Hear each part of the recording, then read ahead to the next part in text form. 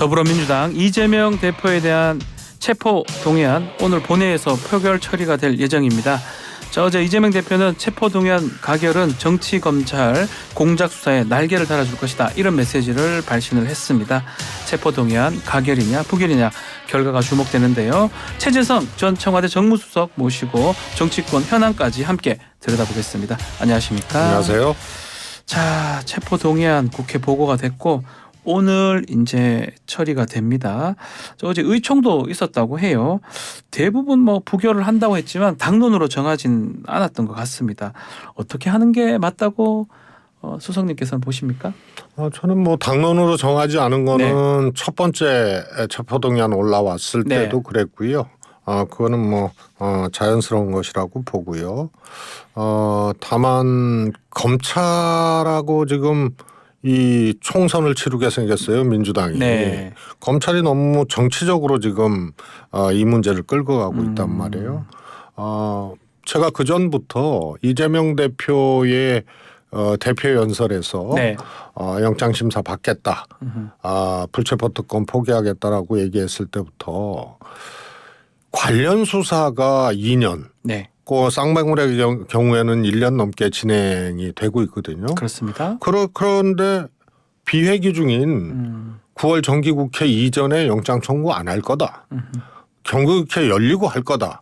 그래서 민주당 갈라치기 하고 정치 수사 일정 스케줄을 갖고 움직일 거다. 이렇게 얘기를 했는데요. 정확히 맞아 떨어졌거든요. 그렇게 말씀하셨어요. 추석 전에 할 것이다 말씀하셨습니다. 그렇습니다.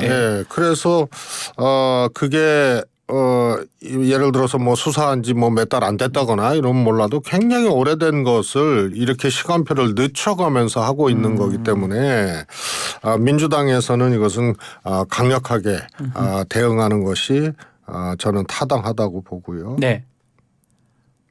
자, 어제 근데 이재명 대표가 가결이 된다면 정치 검찰 공작 수사에 날개를 달아주는 것이다, 이런 메시지를 냈거든요. 이 메시지는 어떻게 보시는지, 내는 게 맞는지 아니면 의원들한테 영향을 미칠 것인지. 제가 알기로는 소위 말해서 이제 비명계 의원들이 최근에 이제 검찰의 행태, 특히 단식 중인데도 말씀드렸다시피 비회기 중인 8월에 영장 청구할 수 있었음에도 불구하고 굳이 정기국회에 영장 청구를 한 거, 그 다음에 그 내용도 이제 그렇고 단식 중인데 병원에 후송되자마자 바로 했거든요. 대통령이 해외에서 결재했거든요. 그래서 급박하게 이 일정이 또 이 체포동의안 일정이 진행이 됐단 말이에요. 그래서 비명계 의원들도 입장 표명을 요구한 걸로 알고 있습니다. 이재명 대표에게. 요구를 했기 때문에 한 것이다, 이렇게 보시는 거군요. 저는 그래서 이제 부결 가능성이 매우 커졌다고 보는데요. 이재명 대표의 생각이기도 하겠지만 이것을 굳이 표명한 것은 당내에 또 검찰의 행태에 대해서 문제의식을 갖고 있는 비명계 의원들의 요구도 있었다고 봅니다. 또 일부 또 비명계 의원 중에는 오히려 가결을 좀 얘기하는 게 맞지 않나, 그래서 만약에 부결이 되더라도 큰 문제는 없지 않냐, 이런 얘기도 했고, 또 불체포 특권 포기 약속을 본인이 뒤집었다, 이런 비판을 피할 수 없을 것 같기도 하고요. 근데 정확히 말씀드리면요, 불체포 특권 포기는 방탄 포기하겠다는 얘기 아니었어요? 다시 말해서 그전에는 비회기 중에도 물론 이제 현안이라든가 또 민생 문제라든가 국회에서 해야 될 일이 있기 때문에 지금까지 임시국회, 정기국회 말고 임시국회, 또 짝수달에 열리는 임시국회 외에 홀수달의 임시국회도 빠짐없이 했거든요. 그래서 그런 것을 하지 않고 영장심사를 받겠다는 얘기예요. 그래서 제가 그때 검찰은 그러나 비회기 중에 8월 달에 임시국회가 안 열리더라도 혹은 임시국회가 열리더라도 영장 청구할 수 있는 한 주일을 준다든가 이런 것이 검찰이 따라올 리가 없다. 9월 정기국회 열리고 할 거다. 추석 전에 할 거다. 이렇게 얘기를 했어요. 그래서 이재명 대표의 영장 청구는 세 가지가 있습니다. 키워드가. 하나는 국민들이 걱정한다. 두 개는 국회가 유린당한다. 그래서 이재명 대표는 이 불체포 특권에 대해서 포기하겠다. 이 세 가지가 있는 거거든요. 그래서 비회기 중에 영장 청구하라는 얘기예요. 왜 국회가 열리는데 하느냐. 그런데 국회가 열린 다음에 했거든요.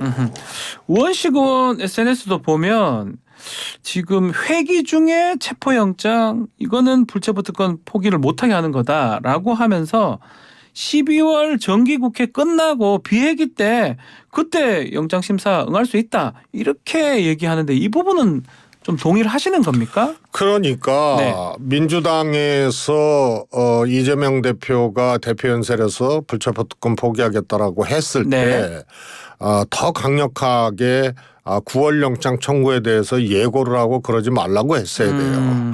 그런데 지금 이 말이 틀린 말도 아니거든요. 예를 들어서 수사 초기라든가 또 급박하게 수사가 돼서 뭐 3개월 안에 영장 청구를 했다든가 뭐 이러면은 소위 말해서 증거인멸 뭐 등등의 우려가 있지만 이게 굉장히 오래된 수사거든요. 그러면은 지금 1년 넘게 끌어온 수사인데 12월 9일 정기국회 종료 후에 해도 무방합니다. 그러나 더 바람직하고 좋았던 것은 9월 정기국회 이전에 했어야죠. 그 전에 8월 달에 그때 했으면 좋았을 것이다 그렇습니다. 이 말씀이시네요. 결과 이제 오늘 나는데 어떻든 간에 이게 부결이든 가결이든 정치적 파장이 좀 클 것 같습니다. 민주당의 수가 있을까요? 저는 1차보다는 덜하다고 봅니다. 왜냐하면 이제 소위 말해서 여론, 이제 국민들 기준으로 보면은 다 보는 거거든요. 이재명 대표에게 검찰이 하고 있는 행태라든가 또 최근의 상황 이런 것들을 다 보는데 1차 때는 그 파동이 컸죠. 여론의 반향도 안 좋았고요. 당연히 안 좋았죠. 근데 지금도 좋지는 않을 겁니다. 그러나 1차보다는 그 여진이 덜할 것이다 이렇게 보고요. 거기에는 검찰이 그렇게 또 만들어 왔다고 봐요. 검찰이 20일 날 영장 청구하고 21일 날 오늘 본회의에서 이것에 대해서는 이재명 대표 단식 상황이라든가 등등등을 봤을 때 사실은 뭐라 그럴까 예상 밖이다. 혹은 너무 가파르다. 뭐 이런 것들을 다 인식하고 있기 때문에 그다음에 이재명 대표 단식 현장에 오죽하면 김기현 대표가 대통령 눈치 보느라고 와보지도 못하고 메시지로 그것을 뭐 단식 중단하라. 그것도 지금 단식 잘못된 거니까 국정운영 논해야 될 시간에 국정을 논해야 될 시간에 이거 하면 쓰겄냐. 이런 식으로 하는 이런 일련의 모습들을 보면서요. 이거는 지나치다. 이런 것들이 상당 정도 국민들에게 보여졌기 때문에 1차보다는 여진이 좀 덜할 것이라고. 뭐 보도가 많이 되고 있는데 뭐 국민의힘이나 다른 여권이죠. 여권 모두 가결을 한다. 뭐 정의당도 포함해서 가정했을 때 민주당이 28명이 가결 찬성표 나오면 가결인데 전에는 사실 무효하고 합쳐서 기권 합쳐서 31표였거든요. 전의 기준대로라면 28표만 나와도 지금 가결이 되기 때문에 가결의 가능성도 있지 않을까요? 물론 뭐 그렇게 생각할 수도 있겠지만요. 1차 체포동의안에 비해서 상황이 좀 바뀌었다고 봐요. 상황이 바뀌었다. 거기에는 검찰이 지금 검찰의 행태가 그 역할을 톡톡히 상황 변경의 역할을 톡톡히 하고 있거든요. 이재명 대표가 목숨 건 단식을 하고 저 상태에서 이게 뭐 급박한 것도 아니에요. 충분히 수사를 했고 오랫동안 수사를 했기 때문에 이 정도는 소위 말해서 검찰이 가파르게 일정을 진행하지 않아도 되는 것이다. 이런 것들이 있기 때문에 이것은 의원들도 마찬가지고요. 의원들한테 위기감으로 오는 거거든요. 이런 오히려 것들이. 한동훈 장관이 이제 설명할 거 아닙니까 오늘. 그게 영향을 미칠까요? 저는 한동훈 장관 영향도 있다고 봐요. 야당 대표 이 문제에 대해서 자범 단식 운운하고 그리고 또 한동훈 장관이 그 스타일 바꾸지 않을 거거든요. 그래서 아마 체포동의안 보고하고 설명할 때 한동훈 장관이 또 기존의 스타일대로 할 거기 때문에요. 그것도 아마 민주당 의원들에게 조금 검찰 입장에서는 부정적으로 작동할 가능성이 크죠. 자, 문재인 전 대통령이 이재명 대표 만나서 지난번 단식을 좀 만류했습니다. 이 둘의 만남 어떻게 보셨는지요? 저는 당연히 문재인 대통령께서 그러시는 게 맞다고 보고요. 네.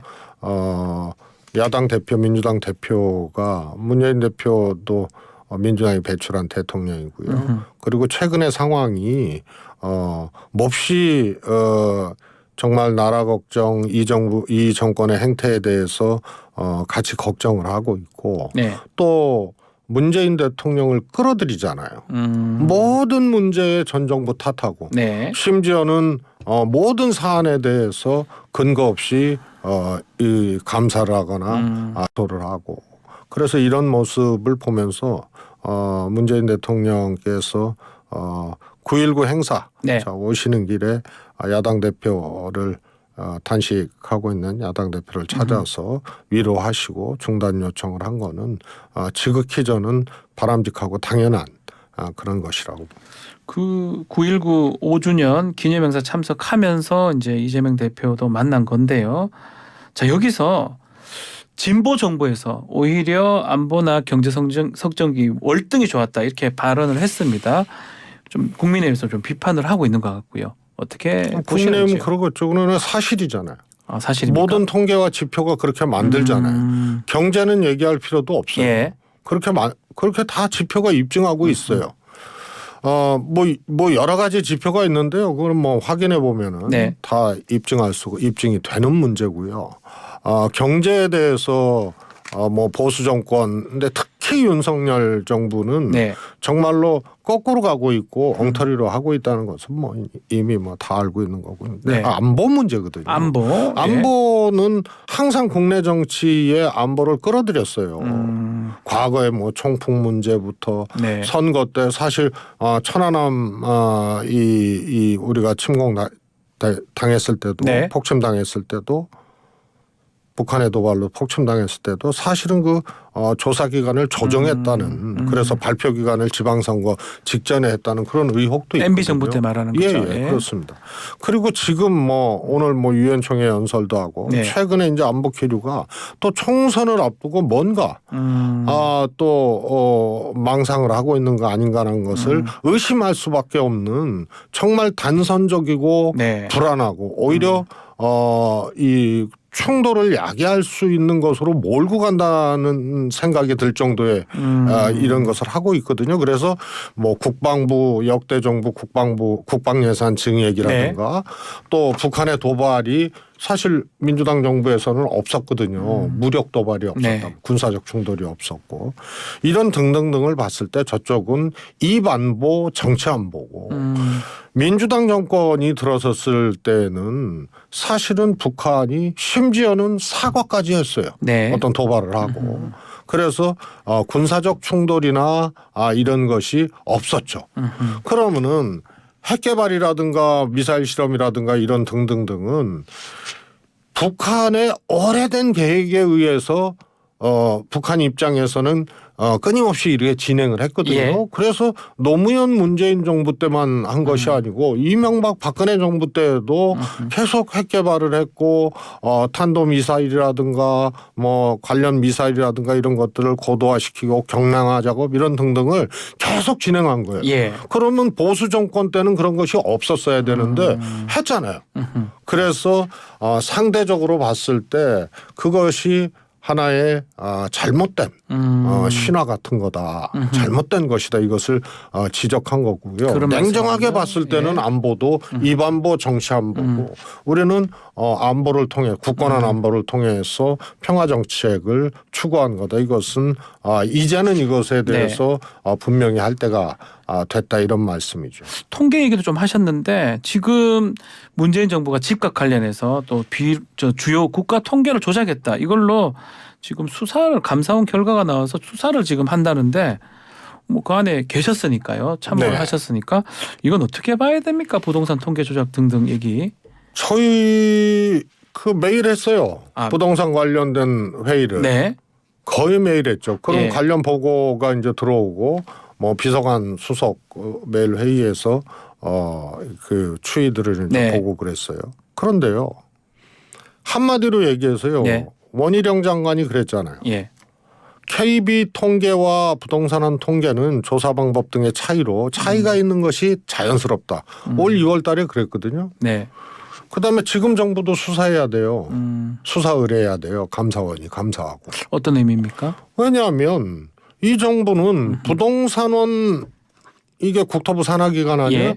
부동산원에서는요. 올 7월까지 5월부터 7월까지 가격이 연속 상승했다고 6주간 상승했다고 했어요. 네. 그런데 KB는 6주간 하락했다고 했거든요. 아, 차이가 나네요. 예. 이거 감사해야죠. 예? 조작 의혹 있는 거 아니에요? 그래서 본디 부동산원과 KB 통계는 예로부터 차이가 나왔어요. 그럼 지금 그 차이가 지금 잘못됐다고 지금 감사원이 그렇습니다. 얘기해서 수사 고발 조치한 겁니까? 그래서 그것도 전문가에 따라서 어느 방법이 더 접근할 수 있는 방법이냐. 특히 가격이 폭등하거나 네. 폭락할 때 이때 격차들이 더 커져 왔거든요. 네. 그게 지금 윤석열 정부에서 부동산원은 가격 상승하고 있다고 하고 KB는 가격 6주간 하락했다고 하는 이게 그 징표예요. 그래서 복잡하게 이것을 디테일하게 들어가면 이제 전문적인 어떤 그 주장들이 충돌하는 거지만 네. 냉정하고 심플하게 보면 이 정부도 감사해야 되는 거예요. 감사를 해야 된다. 조사 기법이나 조사 내용이 원래 차이 나는 것을 그건 박근혜 정부 때도 그랬어요. 네. 그것을 가지고 이게 뭐 조작했다 어쩌고 저쩌고 하는 건 말이 안 되고요.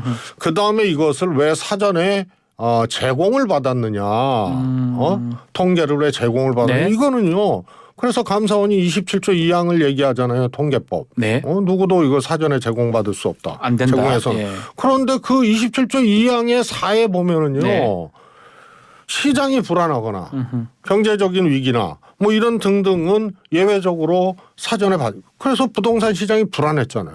그거 받아야 되는 거거든요. 네. 그래서 감사원이 정말 이게 웃기는 거예요. 제대로 했는데 지금 감사를 좀 잘못했다 이렇게 보시는 그리고 건가요? 그리고 문재인 정부에서 예. 이것을 조작했다라고 한다면 최소한 네. 조사 방법의 차이라든가 전통적으로 이런 설명드렸던 네. 것이 전제된 상태에서 이것을 주장을 하려면 감사를 하고 수사 요청을 하려면 네. 최소한 가격이 내려가고 있다고 문재인 정부에서 조작을 하고 있다. 혹은 가격이 안정됐다고 지속적으로 통계를 조작해서 했다라는 그런 게 전제돼야 돼요. 네. 근데 조사 기법의 차이 때문에 과거부터 차이가 있어 왔죠. 문재인 정부 부동산원 자료를 통한 보고에도 저희들이 거의 매일 아침에 그거를 이 보고를 받고 했는데요. 그때도 가격이 올라가고 이게 안정이 안 되고 네. 이런 것에 대해서는 우리도 인지하고 있었단 말이에요. 그 기법에 따른 수치 차이를 가지고 이렇게 네. 나오는 것은 전제가 잘못된 것이다. 자, 이제 마지막인데요. 지금 장관 후보자 청문회가 지금 예정되어 있는데 신원식 후보자는 국방부 브리핑 축소하겠다. 또 김행 후보자 가짜 뉴스니까 또 스태핑하지 않겠다.